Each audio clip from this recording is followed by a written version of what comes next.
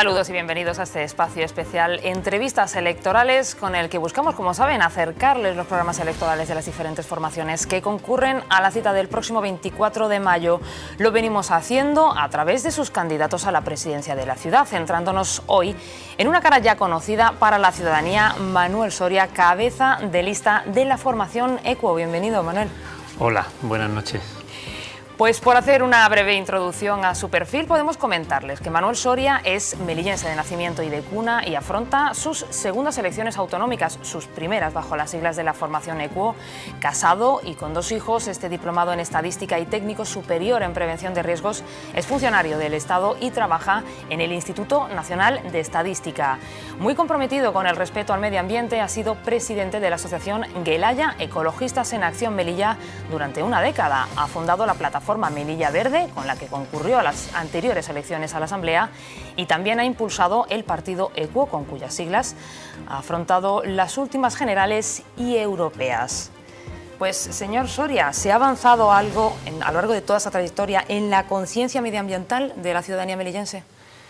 Bueno, yo diría que se ha avanzado en la conciencia, la ciudadanía ha podido avanzar en la conciencia medioambiental, eso es innegable, ¿no? Y en parte por lo que hemos hecho algunos activistas, ¿no?, en la calle. Lo que pasa es que lo que no ha avanzado ha sido la conciencia ambiental de nuestros políticos, y eso sí que era grave, ¿no? Entonces, precisamente es uno de los motivos que me impulsaron a dar el paso a la política, ¿no? Al comenzar el partido EQUO su andadura, pues dije, es necesario para la ciudad este tipo de partidos aquí en Melilla, que precisamente en Melilla deberíamos de ser pioneros en muchos temas de sostenibilidad, ¿no? Por nuestra situación, por nuestro territorio y por la densidad demográfica que hay en Melilla. Como hemos visto, se ha dedicado, podríamos decir, ¿no?, en cuerpo y alma a esta causa. ¿La comparte también su familia?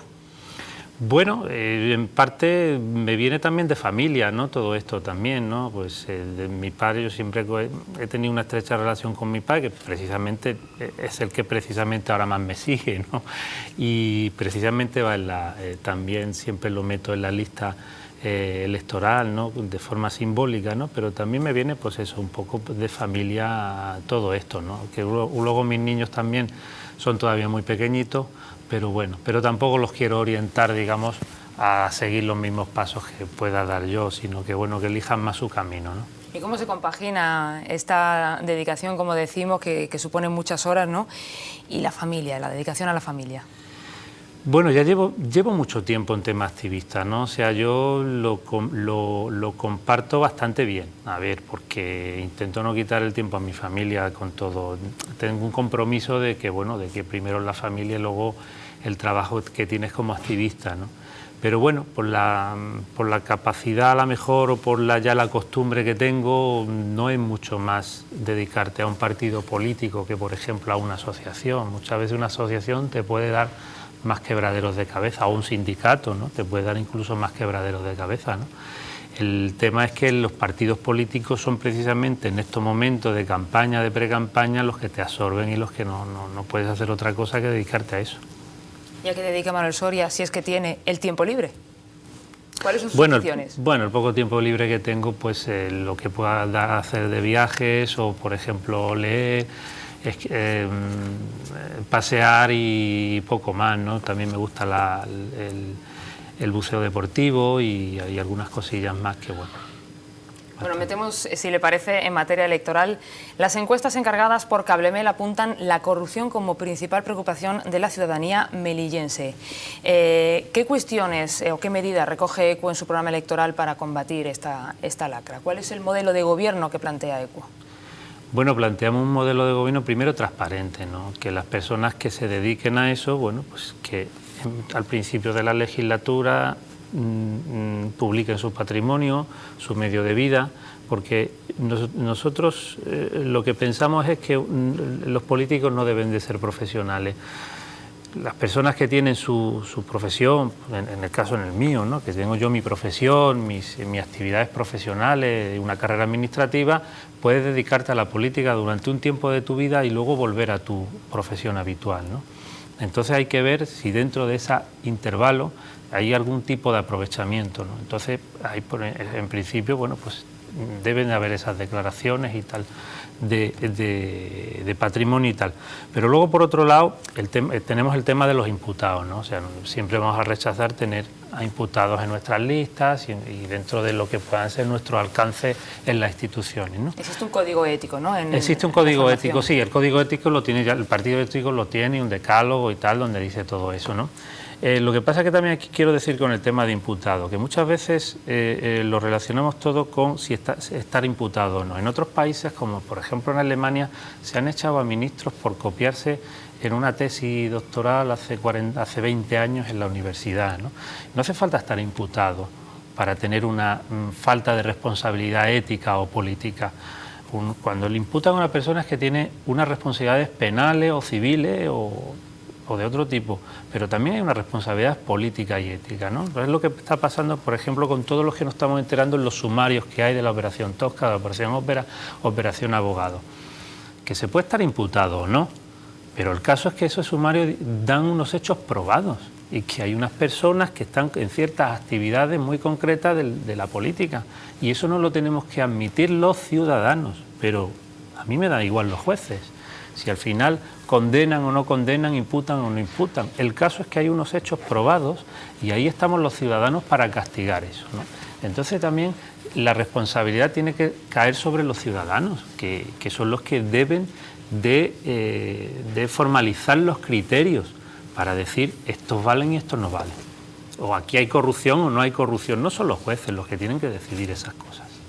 Mayor participación ciudadana, quizás, en la política, o mayor implicación de la ciudadanía en la política. Efectivamente. Nosotros desde ECO siempre tenemos desde que se fundó ECO tenemos nuestras líneas de participación, ¿no? Lo votamos todo, pasa todo. Hoy día además con los recursos que tenemos, sobre todo informáticos, de la nube, de internet, todo esto es mucho más fácil, todo ese tipo de cosas, ¿no? O sea, todo eso lo compartimos y la verdad es que se ha dado y algo que parecía que no podía ser, sí que puede ser. Sí que lo estamos probando dentro de nuestro partido ECO, por ejemplo, el tema de primarias. Y es una cosa que la hemos llevado y no ha habido ningún problema, también porque desde el principio lo teníamos muy claro, de que van a haber primarias, de que esto se va a elegir democráticamente y no hemos tenido ningún problema en todo eso, ¿no? Por ejemplo, lo que han sido las iniciativas municipalistas que se han dado en toda España ahora mismo, de ir a primarias y todo eso, quien menos problema ha tenido es precisamente ECO, porque ya lo tenía rodado, porque ya, digamos, ese proceso democrático ya lo llevaba dentro de su ADN, mientras que a otros partidos políticos le han costado más llegar a esos procesos tan democráticos, ¿no? Y ha habido problemas en muchos sitios, en algunos sitios no han habido confluencias municipales, en otros sí, porque sí se han adaptado a esa forma de trabajar democrática. Si hablábamos de la corrupción, la segunda preocupación, Manuel Soria, es el paro. Tenemos más de 12.000 parados en la ciudad de Melilla, un paro, digamos, más bien estructural, no solo provocado por la crisis. ¿Cómo solucionamos el problema que tiene Melilla de arrastrar tantos desempleados mes a mes?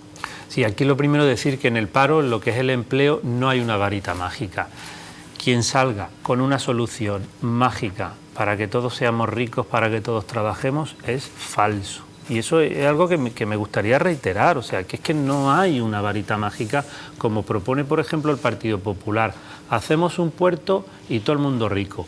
Eso es falso, es mentira, esas cosas no existen, no existen varitas mágicas. Ahora, sí que existe la posibilidad de que los fondos que tengamos, los presupuestos que tengamos, rentabilizarlo en cuanto a empleo. Y eso sí se puede hacer. Y sobre todo, y por lo menos el programa que lleva nuestro partido político, ECO, es que aprovechemos lo que nosotros ya tenemos. O sea, hablamos muchas veces de lo que es el empleo verde.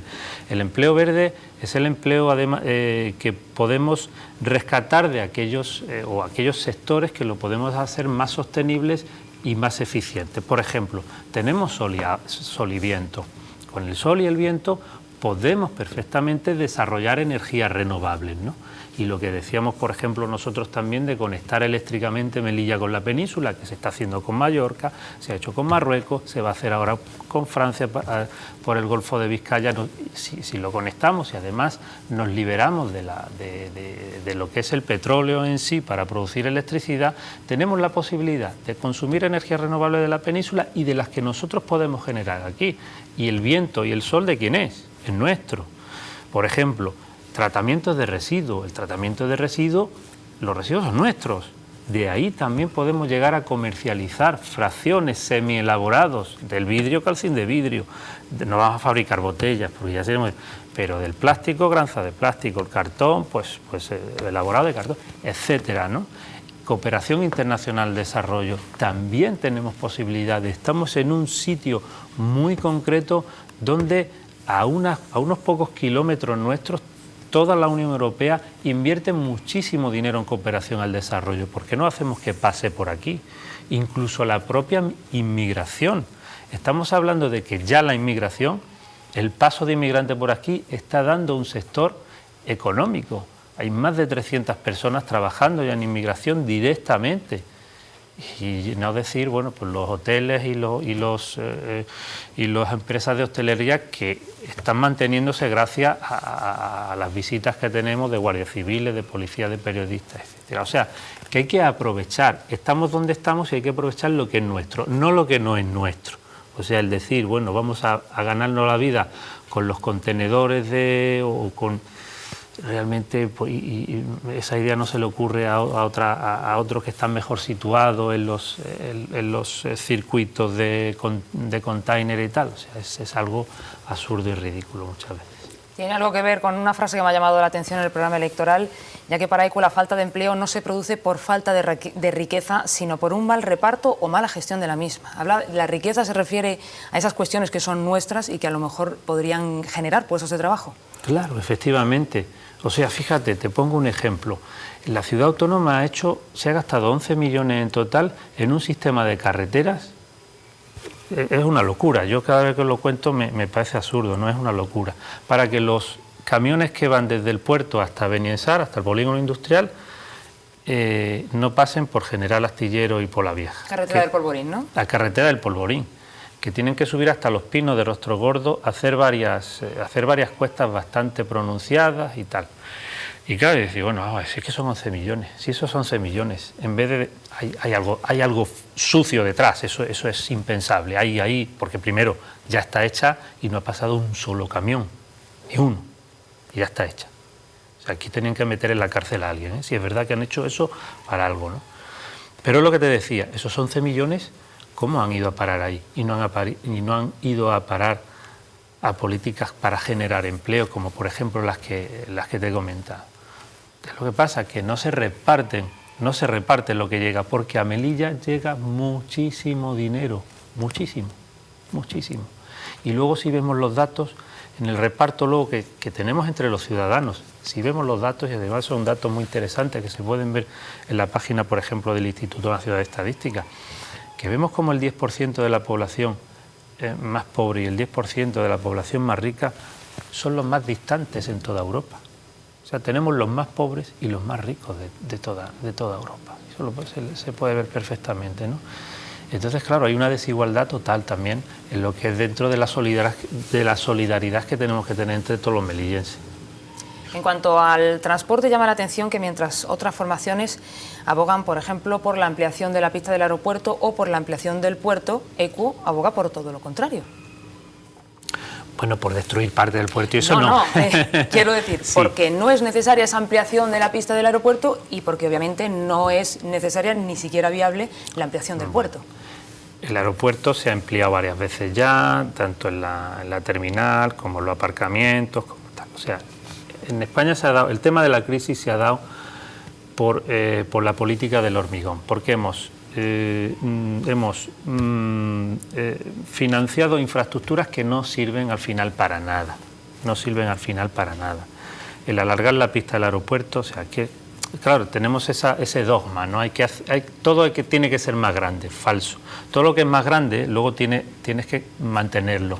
Se ha dado, ahora esta semana vengo, por ejemplo, de pisar varios aeropuertos, ¿no? Y tú ves que el aeropuerto de Bruselas está, digamos, es algo eficiente, ves la gente por los pasillos, ves gente moviéndose, mientras ves al de Málaga, por ejemplo, vas al de Baraja y ves 40 o 50 de esto para sacar los billetes, mostradores de billetes, y ves solo uno ocupado, con una cola inmensa, ¿no? O sea, ¿para qué sirve si tienes 50 si solo vas a usar uno?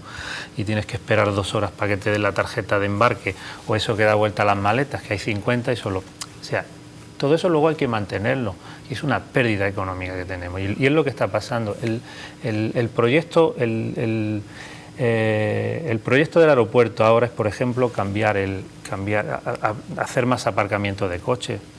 Ves que están vacíos, cambiar los bomberos de sitio, ves que no, tampoco hace falta, poner otro aparcamiento más, para ponerse ahí aparcamiento, nunca hay más de 3 aviones. En el tema del puerto, el puerto tiene 13 atraques. ¿Cuándo hemos visto al puerto con 13 atraques, con 13 barcos? En la vida, como mucho hay 3. Y hay partes del día, partes de la semana, gran parte de la semana no hay ninguno. Vamos a explotar lo que tenemos. Ese puerto Noray se hizo y no tiene actividad ninguna, actividad marina. Van a poner un McDonald's en un sitio que era una playa, que podía haber seguido siendo playa si al final iban a poner un McDonald's. Pero es que tú vas al puerto Noray y no tienes una piragua para alquilar. Entonces vamos a aprovechar lo que tenemos, los recursos que tenemos. No por tener más recursos, vamos a aprovechar primero lo que tenemos. Y el día que se queden barcos fuera porque no pueden entrar porque están los 13 atraques llenos, pues vamos a hacer más, vamos a ampliar el puerto, pero mientras no. El medio ambiente, podríamos decir que es quizás lo que abarca la mayor parte del programa electoral de EQUO. ¿Cuál es el modelo de ciudad que proponen? Bueno, modelo de ciudad. Queremos, lo de modelo de ciudad es que nunca han llegado a entenderlo, eso del modelo de ciudad como tal, ¿no? O sea, nosotros hablamos de una sostenibilidad del sistema. Nosotros trabajamos mucho en lo que es el tema del territorio, ¿no? De hecho, nuestro programa, digamos, son las 3 partes básicas de donde se construye un pueblo, ¿no? Lo que puede decir un pueblo, ¿no? Que es la sociedad, su territorio y su economía. También hablamos mucho de economía, pero sobre el tema del territorio nadie habla de política territorial, y eso es muy importante, ¿vale? Eso es muy importante, de su medio ambiente, de su urbanismo, de la movilidad, de la energía, del agua. Todo eso compone una política territorial, y de hecho hay partes de esa política territorial que se lo dejamos allí a los técnicos, como el agua, por ejemplo, la energía, y nos desentendemos de ese tipo de cosas, y eso no debe ser así.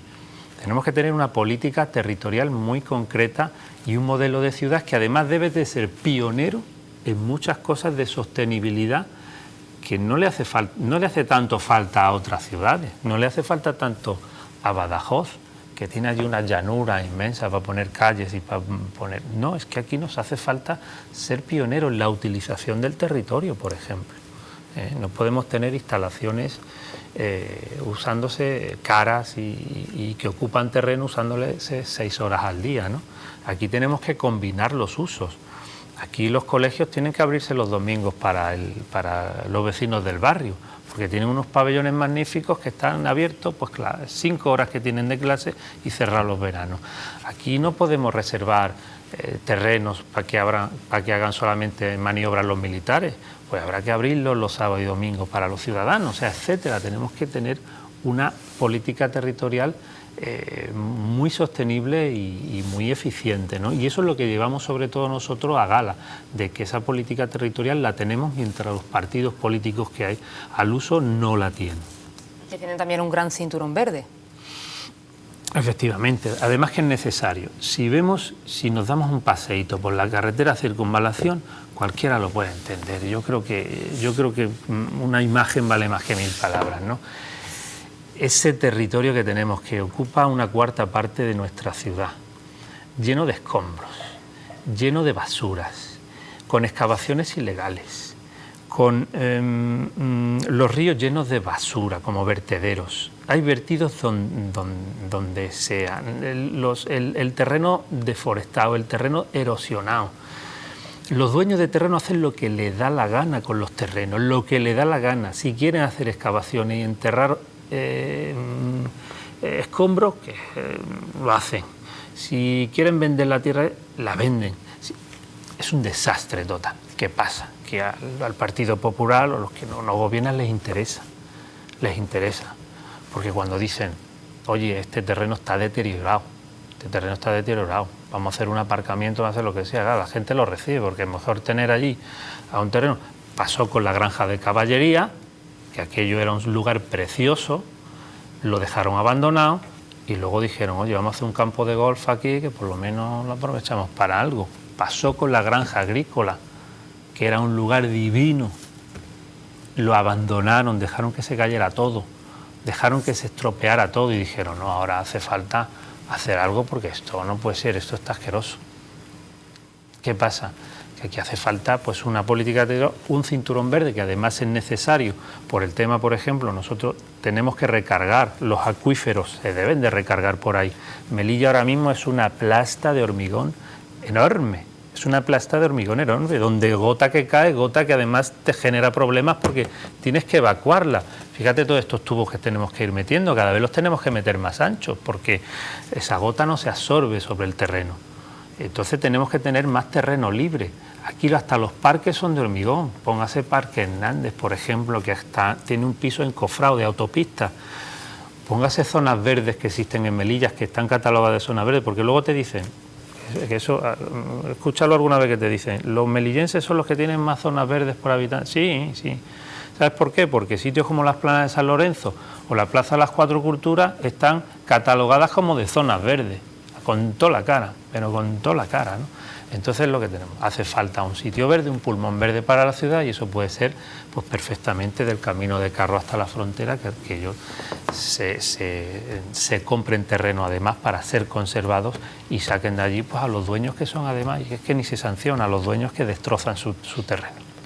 Y otra de las cuestiones que preocupa a la ciudadanía es la cooperación al desarrollo. Así nos lo han hecho llegar a través de las redes sociales. En estas elecciones hemos querido abrir también una puerta a la opinión de la ciudadanía, que nos ha hecho llegar sus preguntas. Y nuestra compañera Bea Pola, ¿nos puedes comentar quién ha preguntado por esa política de cooperación al desarrollo por parte de EQUO? Pues es una pregunta que ya adelantaba algo Manolo Soria, y es una pregunta que han hecho desde el CICO, del Centro de Iniciativas de Cooperación al Desarrollo, y preguntan al candidato de EQUO en Melilla, a Manuel Soria, qué política local de cooperación internacional llevaría a cabo su partido. Bueno, pues precisamente lo llevamos en nuestro programa como la política de cooperación al desarrollo, que se llama, y que es una actividad incluso que puede ser económica. Primero es ayuda al tercer mundo. Hay unos fondos que tienen todos los países europeos, que tienen incluso comunidades autónomas y que tienen también muchísimos ayuntamientos, que son unos fondos y que en ocasiones, además, dentro del programa marco de, por ejemplo, el Ministerio de Asuntos Exteriores, hay una priorización de Marruecos y del norte de África sobre los demás países del mundo. Aparte, independientemente, pues incluso el norte de Marruecos es todavía más beneficiado en temas como medio ambiente, como democracia, como en igualdad, como mujer, pues en agricultura, pues en todos esos temas se pueden trabajar en el norte de África. Entonces es una oportunidad muy importante para Melilla el poder rescatar de ese tipo de fondos para ayuda, estamos hablando para ayuda a nuestro entorno, de cosas que podemos llevar como para gestión de residuos, para conservación de zonas naturales, para turismo sostenible, que además nos podemos beneficiar. Si se beneficia nuestro entorno, se beneficia Melilla. Pero además, todos estos fondos que parten de muchos sitios, en ocasiones muy lejanos, les resulta muy difícil o les resulta más caro llevar esos proyectos al norte de África. Desde aquí se los podríamos llevar. Yo he trabajado en cooperación al desarrollo y he comparado cómo lo hacía yo desde Melilla o cómo lo hacían otras entidades desde fuera de Melilla. Tienen que enviar expatriados, tienen que pagar muchos aviones, y un proyecto que te podía salir por 10.000 te sale por 15.000, porque tienes. Pero aquí, si un proyecto te sale por 10.000, te sale por 10.000, porque estamos aquí, porque podemos revisar, inspeccionar esos proyectos que se hacen, porque podemos ser el cauce de todo eso, de todos esos presupuestos que muchas veces son muchos millones de euros, e incluso de la propia Unión Europea, ¿no? Los fondos Interreg, por ejemplo, que se llaman, que en aquellos sitios fronterizos. Bueno, aquí han llegado fondos Interreg y en vez de para ayudar a nuestro entorno, ha servido para hacer las aceras cerca de la carretera Farjana y de esos sitios, ¿no? O sea, que se han malgastado encima, ¿no? Entonces hay un montón de presupuestos que pueden pasar por la ciudad, nos puede servir para integrarnos más en ese entorno que tenemos. El río baja lleno de basura siempre. ¿Por qué no invertimos nosotros allí que pase por aquí ese dinero? ¿Por qué no rescatamos dinero de todos esos ayuntamientos que no saben muchas veces en qué emplear esos fondos que tienen al desarrollo, porque se lo exigen las ONGs, porque tienen una partida presupuestaria que luego no utilizan o lo utilizan malamente? Pues vamos a intentar que lo utilicen por aquí, porque es muy fácil, nuestro entorno nos da para eso. Y finalizamos con unas pinceladas de actualidad. Equo ha pedido, y de hecho primero ha denunciado y después ha pedido la presencia de observadores en estas elecciones. ¿Finalmente se ha cursado esa solicitud? ¿Cómo está el asunto? Sí, vamos, claro que se ha cursado. Vamos, le hemos cursado por tres, por asegurarnos, por tres vías distintas. Por un lado, por una proposición no de ley en el Congreso de los Diputados.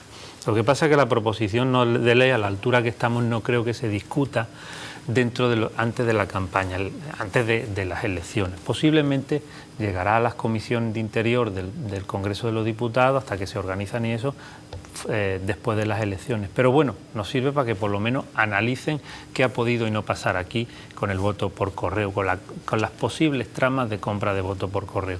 Por otro lado, hemos ido a la Defensora del Pueblo, que ahora mismo en estos momentos lo están estudiando.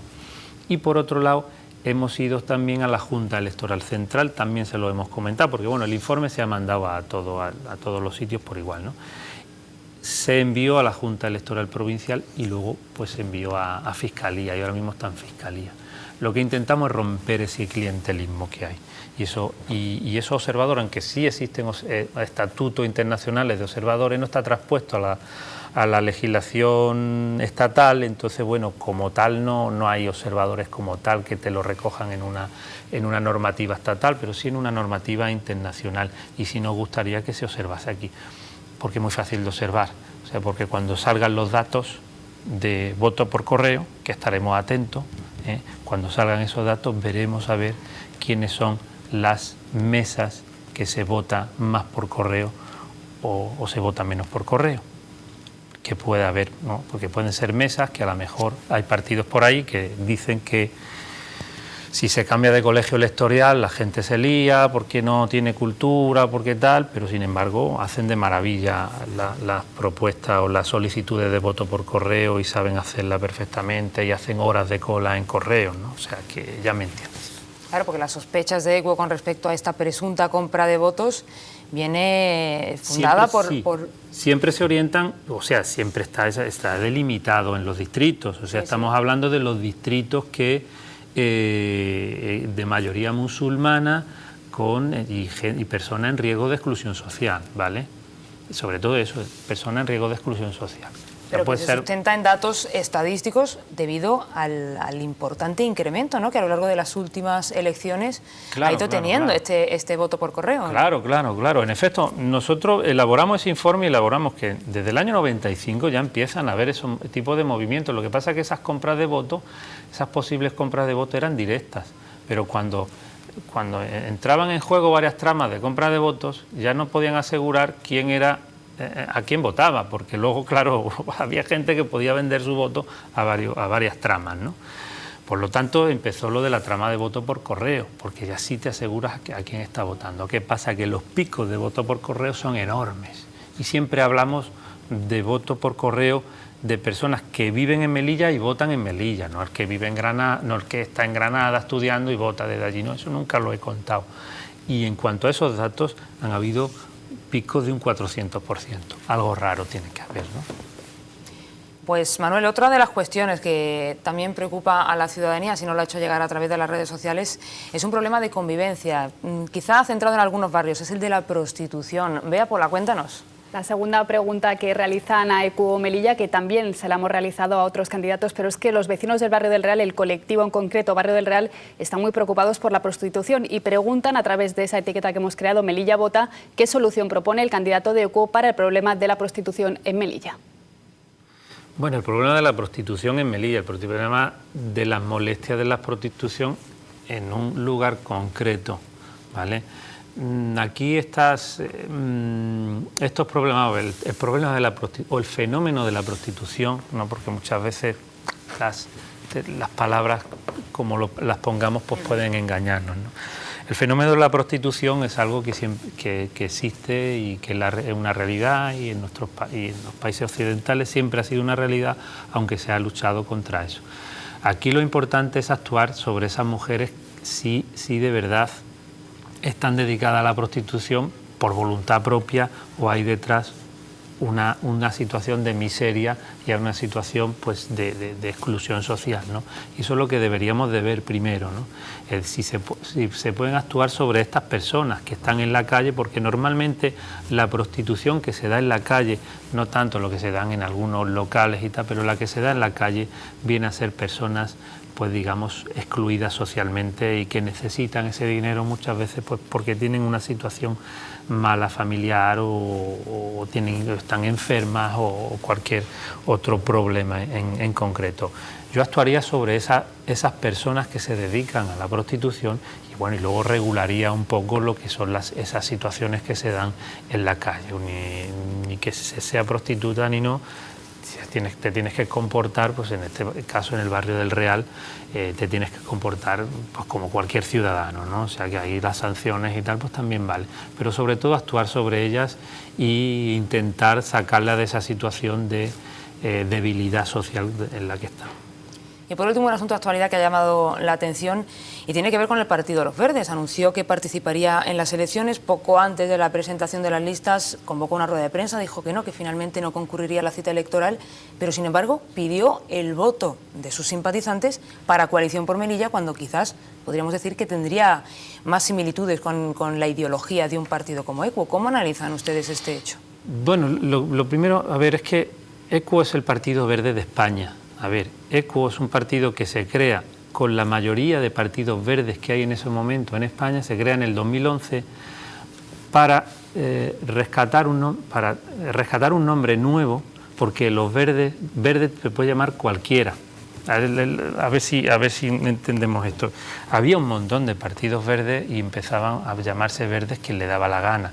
Claro, los jueces, cuando vemos esto los jueces, y los jueces, oye, los verdes es un color.